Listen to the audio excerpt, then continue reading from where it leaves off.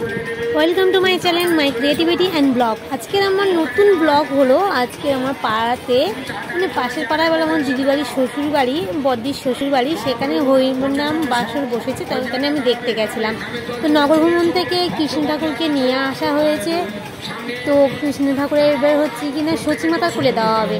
আমি কখনোই দেখিনি, এই প্রথম জাস্ট দেখছি। তো আপনাদের সঙ্গে এই ভিডিওটা তাই শেয়ার করছি।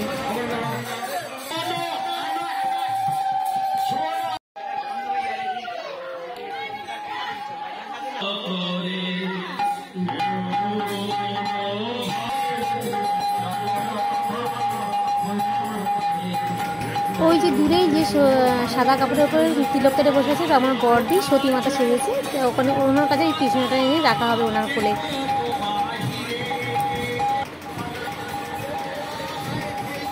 উনি আমার মা যাচ্ছে।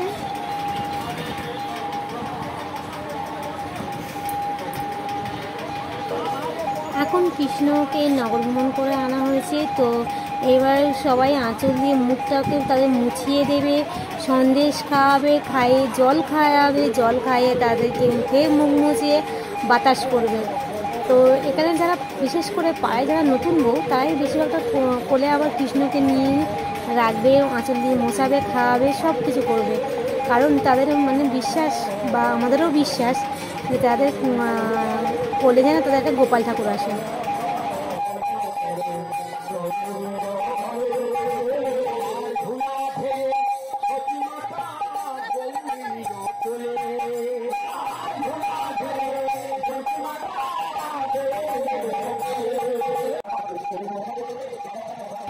এখানকার ঠাকুরকে খাওয়ানো, মুখ মুছিয়ে দেওয়া, তারপর চন্দন দেওয়া, তুলসী পাতা দেওয়া, সমস্ত কিছু কার্যকলাপ ভালোভাবে করে দেওয়া হচ্ছে। এরপর ঠাকুর মন্দিরে যাবে, মন্দিরে গিয়ে ভোগ খাবে। তো আমি কোনোদিনই দেখিনি এত ভোগ সাজাতে। আপনারা দেখেছেন কিনা জানি না, তো আপনাদের সাথে শেয়ার করছি ভিডিওটা, তো আপনারাও দেখে নিন।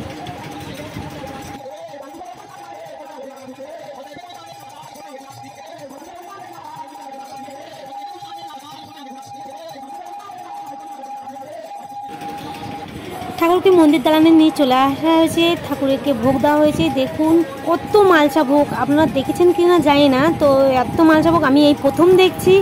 তো আমি এসছি মন্দিরে, কোনোদিন ভিতরে মন্দিরে আসার সুযোগ পাইনি, তো এই প্রথম মন্দিরের ভিতরে আসার সুযোগ পেয়েছি।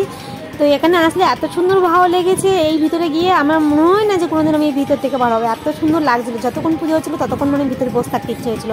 ইনি হচ্ছে না আমাদের এখানকার বষ্টম, তো বষ্টম দিয়ে পুজো হচ্ছে। আমি কখনোই দেখিনি যে এই মন্দিরটায় যখন এই বড় পুজো হয়, তো কখনো ঠাকুর মশাইকে মানে ব্রাহ্মণ মশাইকে দিয়ে পূজা করানো হয়।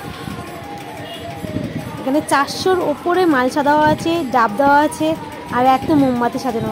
দেখতে বিশাল ভালো লাগছিল, আর পরিবেশটা কি সুন্দর ভক্তিময় লাগছিল। ভিডিওটি ভালো লাগলে please like, comment, share, subscribe করতে ভুলবেন না।